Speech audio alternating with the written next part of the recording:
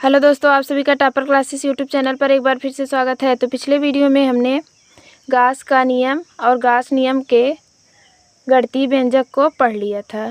तो इस वीडियो में आज हम बोर्ड की दृष्टिकोण से बहुत ही इम्पोर्टेंट टॉपिक गास के नियम का अनुप्रयोग पढ़ेंगे।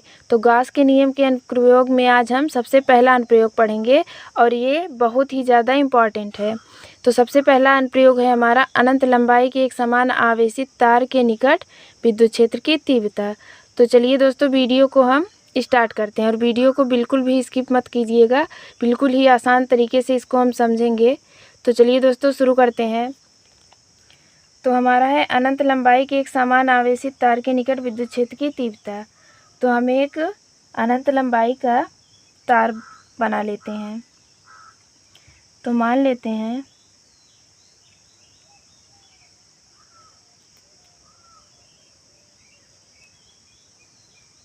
कि एक हमारा अनंत लंबाई का आवेशित चालक तार है और इस पर प्लस Q आवेश वितरित है।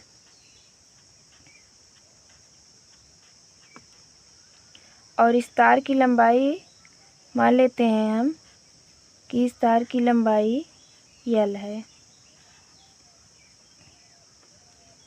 और इस तार के निकट हम एक गॉसियन पृष्ठ खींच लेते हैं।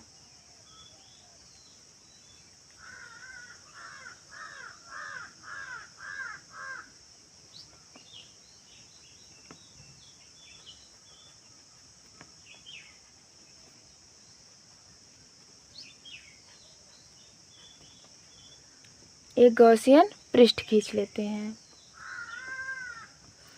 और इस मान लेते हैं तार से R दूरी पर एक लघु क्षेत्र एक बिंदु P है। तो इस और P बिंदु पर हम एक लघु क्षेत्रफल DA लेते हैं। मान लेते हैं हमारा DA है और इस P बिंदु पर हमें विद्युत क्षेत्र की तीव्रता E ज्ञात करनी है। तो चलिए हम इसको बिल्कुल ही आसान तरीके से समझेंगे और इसके डेरिवेशंस को पूरा करेंगे। तो चलिए, तो सबसे पहले हमारा एक L लंबाई का चालक तार है जिस पर आवेश Q देने से उस तार पर आवेश समान रूप से वितरित हो गया है। और इस L लंबाई के तार से R दूरी पर स्थित कोई बिंदु P है जिस पर विद्युत क्षेत्र की तीव्रता की गणना करनी है। और इसके लिए हम बिंदु P से गुजरने वाला L लंबाई के एक समोच्च गॉसियन बेलनाकार पृष्ठ खींच लेते हैं और सममित के कारण गॉसियन बेलनाकार पृष्ठ पर प्रत्येक विद्युत क्षेत्र की तीव्रता का परिणाम समान होगा। तो चलिए इसके डेरिवेशन को हम करते हैं। तो सबसे पहले इस पृष्ठ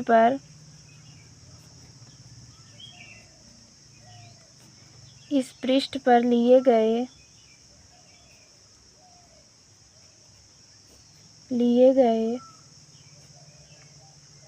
किसी भी वक्राकार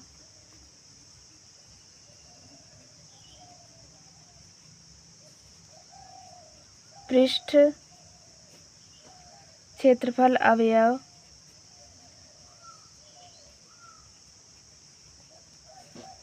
DA से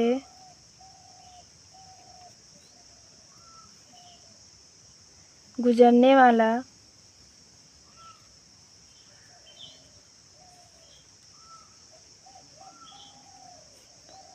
कुल विद्युत फ्लक्स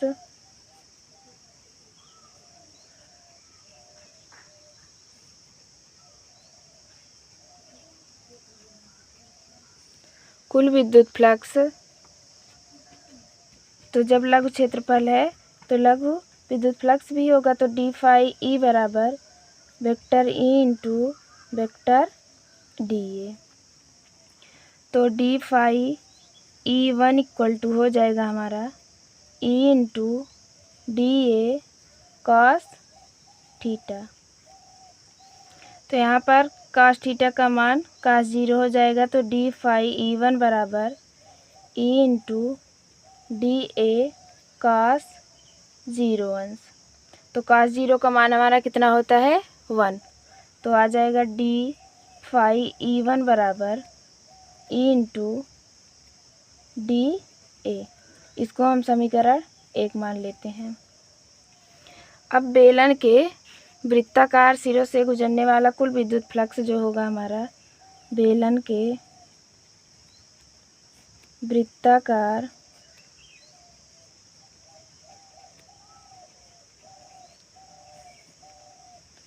सिरों से गुजरने वाला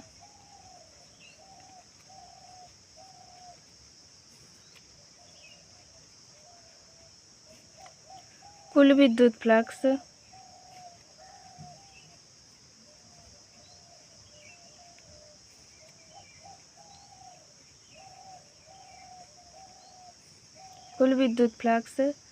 डी फाई E2 बराबर vector E into vector D A.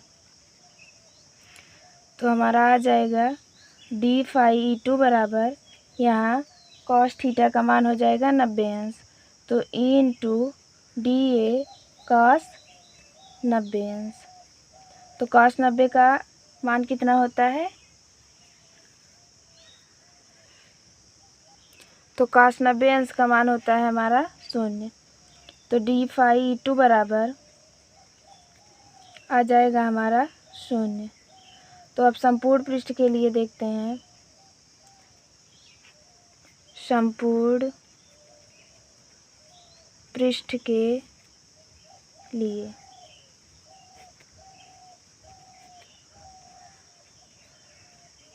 तो संपूर्ण पृष्ठ के लिए हम क्या करेंगे, हम इसका समाकलन करेंगे। तो हमारा आ जाएगा, तो हम समाकलन करेंगे तो हमारा आ जाएगा फाई ई बराबर close integration E into D A. तो आ जाएगा फाई बराबर ई को हम बाहर कर लेते हैं तो क्लोज इंटीग्रेशन डी ए। तो हमारा आएगा phi E equal to E into 2 pi R L, क्योंकि बेलन का क्षेत्रफल जो होता है और 2 पाई आर एल होता है, और ये हमारे यहाँ पे क्या है, क्षेत्रफल है। तो आ जाएगा हमारा फाई ई बराबर E into 2 pi R L. तो फाई ई बराबर हमारा फार्मूला क्या होता है, क्यू अपान एप्सिलॉन नॉट।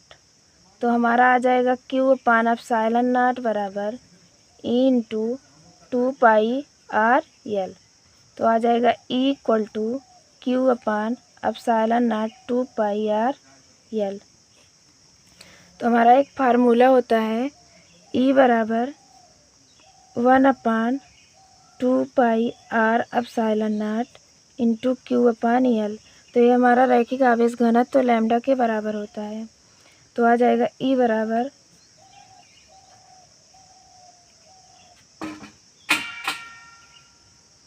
तो हमारा आ जाएगा ई बराबर 2 pi R epsilon naught into lambda, चूँकि लैम्डा बराबर क्यू अपान एल। तो हमारा हो जाएगा ई बराबर lambda upon 2 pi R epsilon not.